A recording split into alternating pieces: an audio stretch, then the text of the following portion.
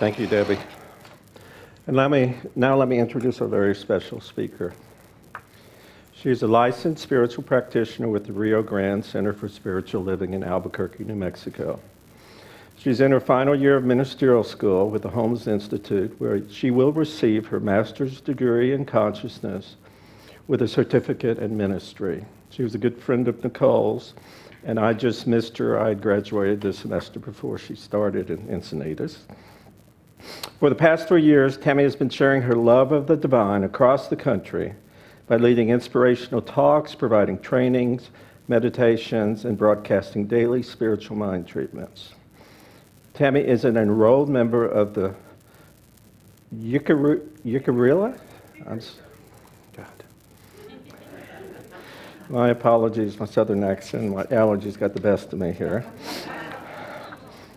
She earned a bachelor's degree in political science from the University of New Mexico in 1996. In 1999, she earned a Juris Doctorate from the University of New Mexico School of Law with a focus on federal Indian law. Tammi has been a licensed attorney in New Mexico for over 20 years and has been the head of a state office, was a policy advisor to the state governor and several tribal governors. She has successfully lobbied for legislation on the federal, state, and local level. She is currently the presiding judge for a Native American tribe in New Mexico. Her commitment is to create a world that is powerfully conscious and transforming itself in every area of life, including government, courts, the private sector, in any area where there is potential for making a positive difference. Tammi and her wife, Annette, have been together for 15 years. They have 2 daughters, a dog, and 2 cats. And I know for sure you're going to enjoy her because her consciousness is amazing. You should have been here for the first service. Please welcome Tammi to the stage.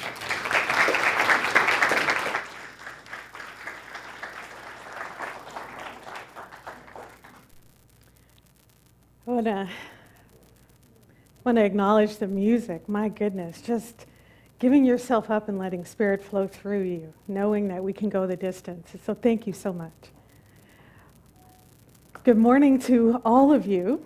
It's such a beautiful day out here at the beach, and it's beautiful, a little hot in New Mexico, so greetings from Albuquerque, New Mexico. And we definitely want to embrace that beautiful salt breeze that we feel coming through here. So it's so good to be with you all from New Mexico. My talk title today is, What is My Self-Loving Choice? And my intention is that you will have a useful tool for realizing self-love, and we're reminded that our heart knows what our intellect can never even fathom. So, as you heard Reverend Michael say, I'm a judge, and I'm an attorney in New Mexico, and I was the chief judge for 2 different courts, and also going through ministerial school and working at my center. So I've been trying to make an appointment with one of my mentors, Reverend Ann from the Everyday Center in Santa Fe. And it was one of those things where you keep trying to connect and you can't. So we finally agreed on a lunch. I come bursting into the restaurant, and I had just come off a really intense court hearing. And I come in and she's like, "How are you doing?" All right, so some people say, "Hi, how are you?" and they don't mean it. They're just kind of saying that phrase, and there's people who really want to know how you're doing, right? So I go, "Blah, this is what's going on in my life, blah." And she just sits there and she says, She says, "Does that work for you?" I thought, and she says, "You know what I always ask myself? I ask myself, what is my self-loving choice? And I tap into my heart. And if my heart expands, that's what I'm to do. If my heart contracts, then that's not my path." So everyone just take a moment. Raise your right hand. Tap your heart. And start asking yourself, what is your self-loving choice? Do you feel that this is your self-loving choice to be here in this moment, right now, in this community? Do you feel your heart expanding with the love and the consciousness and the spirit that's here right now? What is my self-loving choice?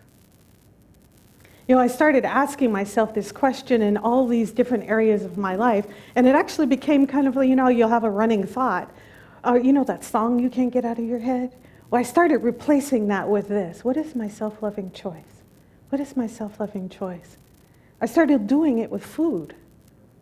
I'm buying food, or I'm looking at a menu, the menu that says that particular taco has 1,100 calories. I started looking at it and I started going, what's my self-loving choice? I look down at this plate of food in front of me and I ask it, are you my self-loving choice? I go to the store and I'm looking to buy that new pair of shoes because I love shoes.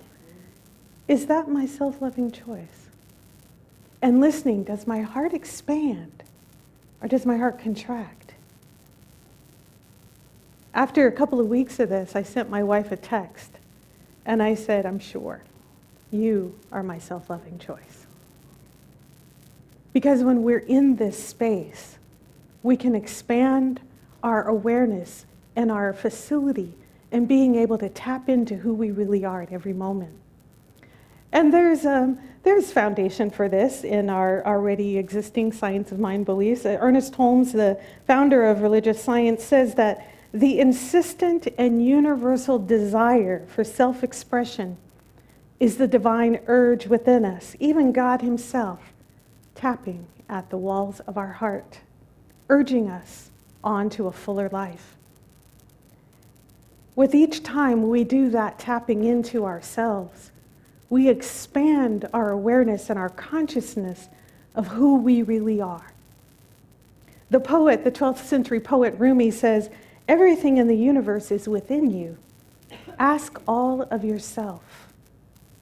I'm asking myself, what is my self-loving choice? Ernest Holmes says, we must come to understand that both the divine presence as a living, warm, colorful, animating essence and the law of liberty as the great, final, and only power in the universe are to be found only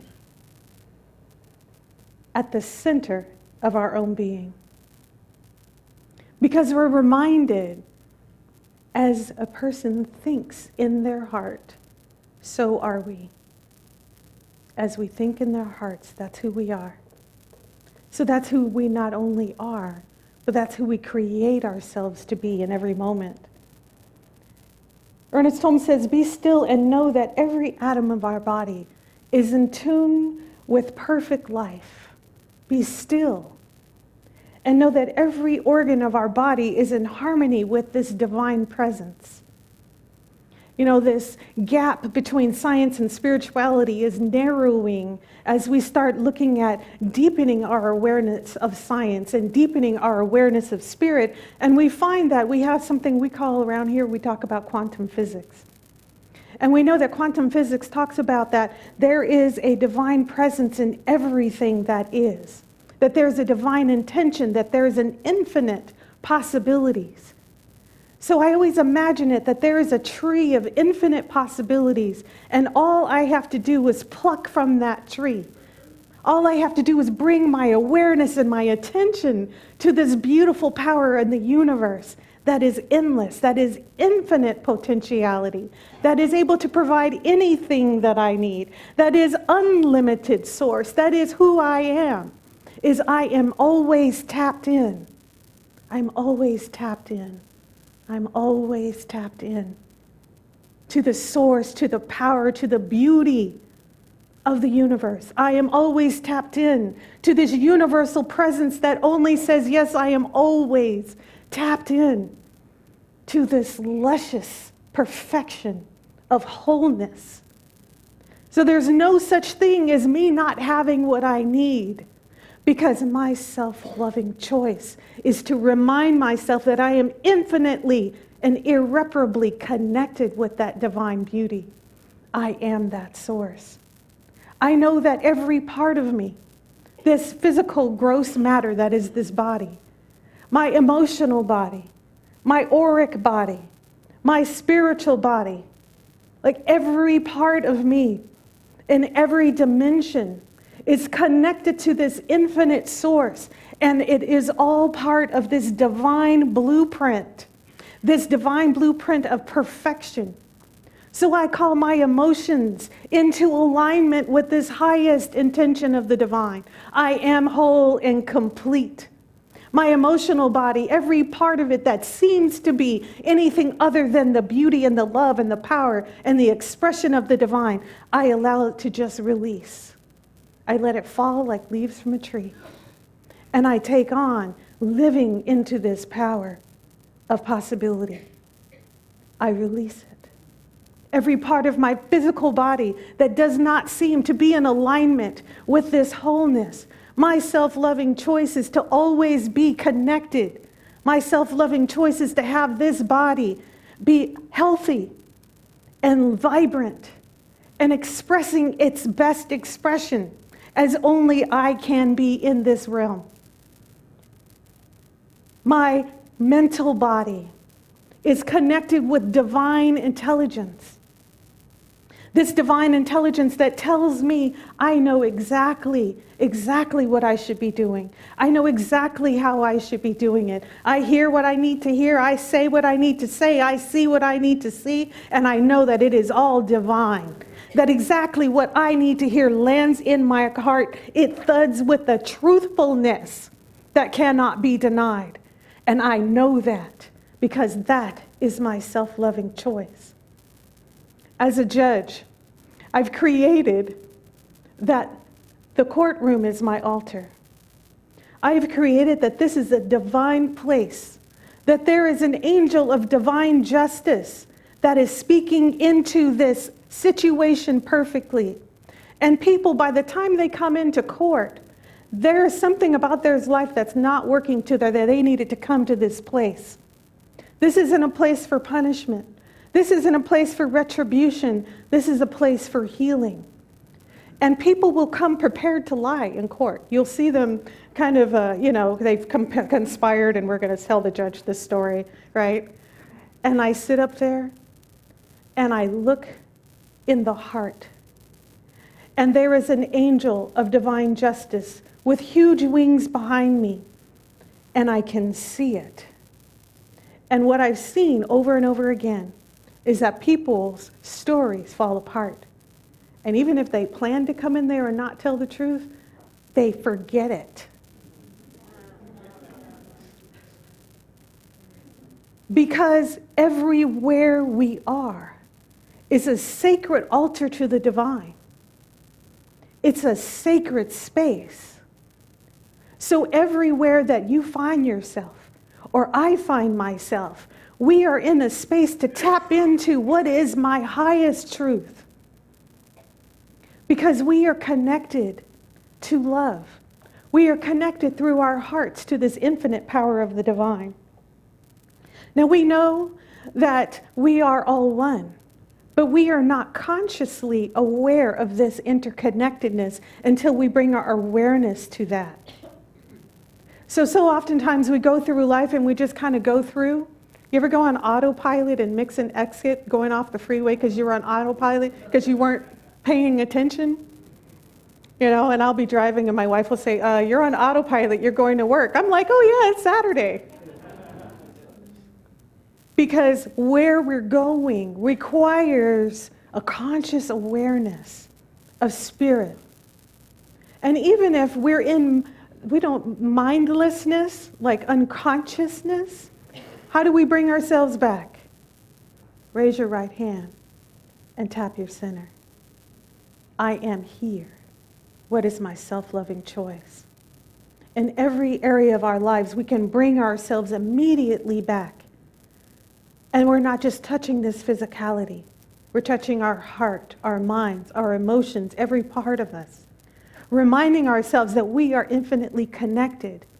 And so when I bring my awareness to love, what we put our awareness on it shapes our perception. And our perception starts to shift where we put our energy. And if we are constantly putting our energy on this beauty of love within us, what happens? I am a beacon of divine presence. I am an extraordinary light for love.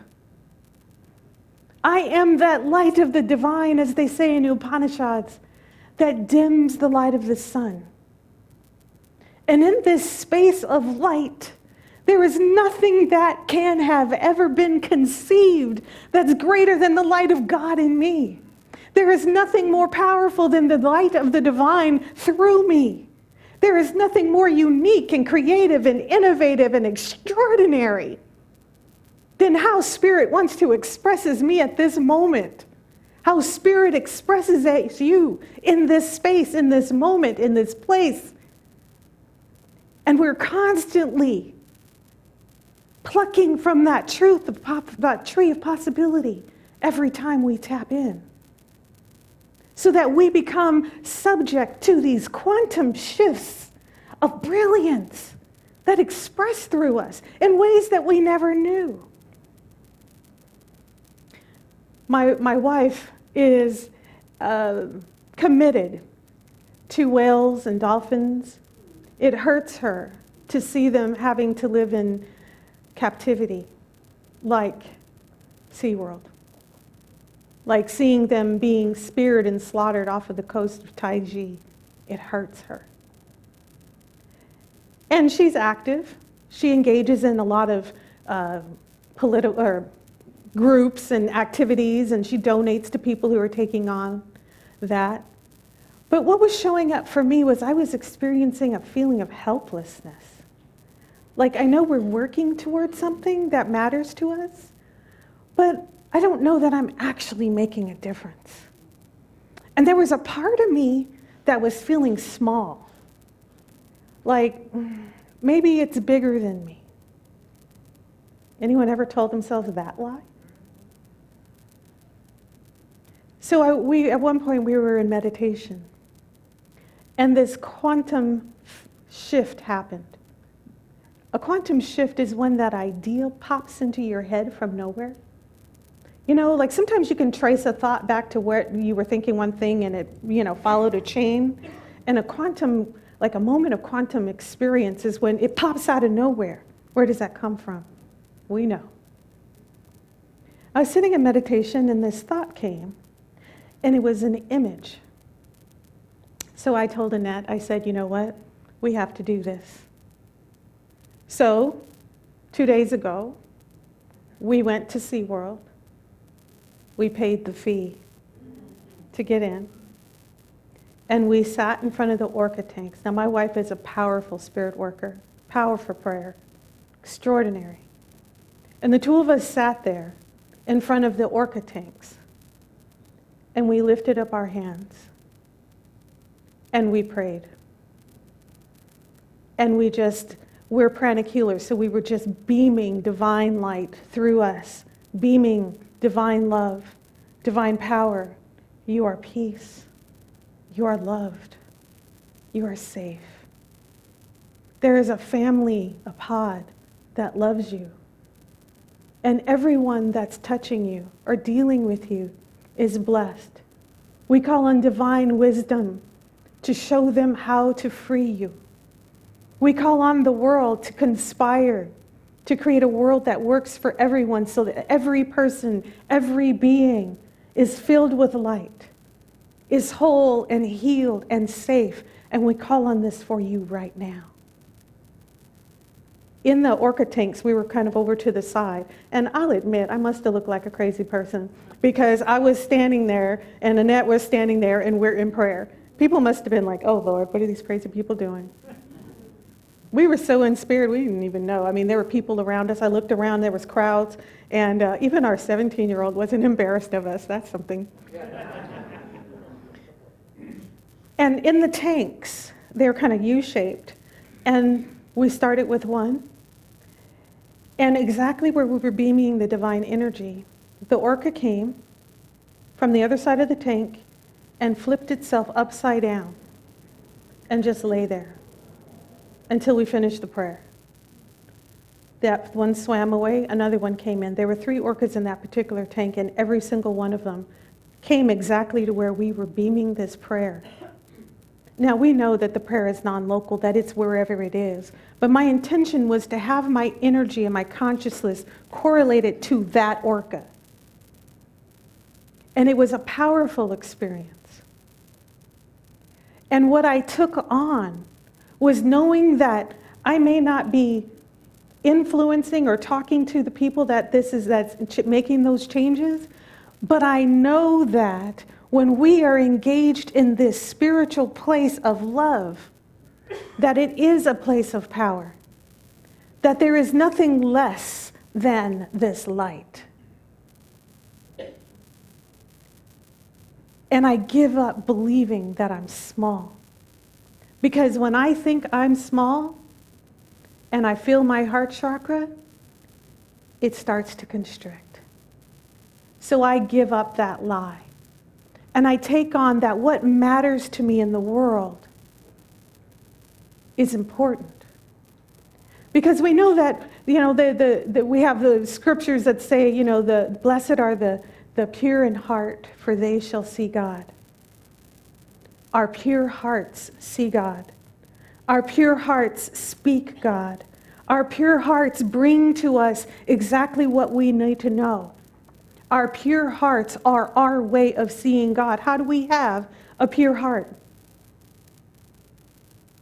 All of the commandments, all of the law, all of the prophets, everything you ever heard in any religion, every teaching, every spiritual practice is fulfilled in love God, love your neighbor as yourself. 3 people to love. When I am tapping in, do I love my neighbor?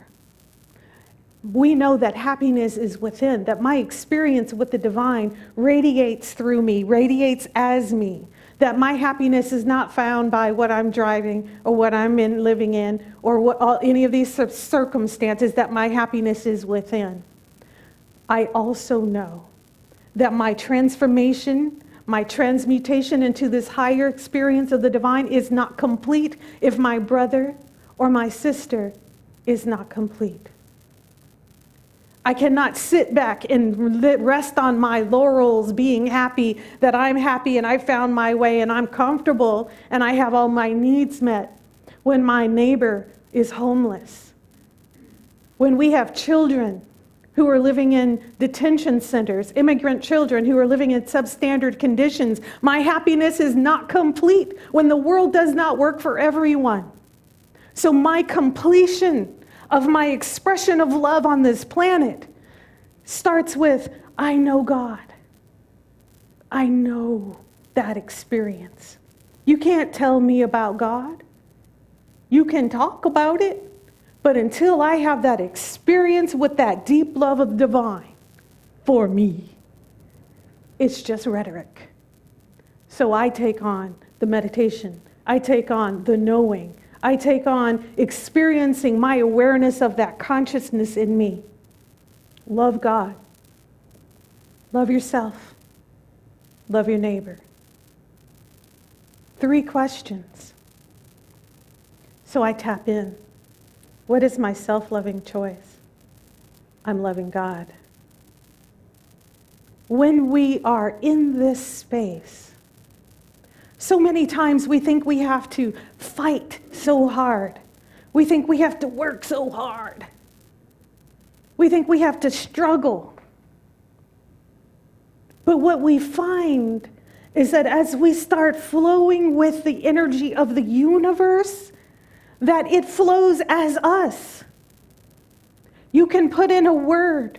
You can influence the world with your consciousness, with your energy, with your spirit, with your word, because you said.